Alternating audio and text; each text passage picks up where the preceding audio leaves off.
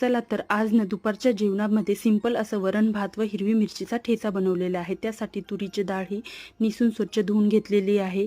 नंतर कुकरमध्ये घालून त्यामध्ये हळद व चवीपुरतं मीठ व पाणी टाकून त्याच्या 3 ते 4 शिट्ट्या करून घेतलेल्या आहेत। नंतर एका पॅनमध्ये 2 चम्मच तेल घातलेले आहे। तेलामध्ये मोहरी, जिरं आणि सुकी लाल मिर्च व कुटलेला लसूण घालून ते चांगलं परतवून घेतलेलं आहे। नंतर त्यामध्ये शिजलेली डाळ घातलेली आहे आणि आपल्या आवडीनुसार पाणी टाकून त्याची एक उकळी काढून घेतलेली आहे। उकळी काढल्याच्या नंतर त्यावर कट केलेली कोथिंबीर घातलेली आहे।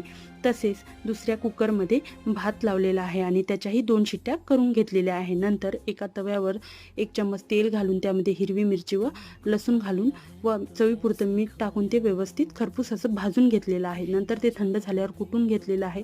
त्यावर कट केलेली कोथिंबीर घातलेली आहे। नंतर त्याला जिऱ्याचा तडका दिलेला आहे। तर रेडी आहे असं आपलं वरण भात।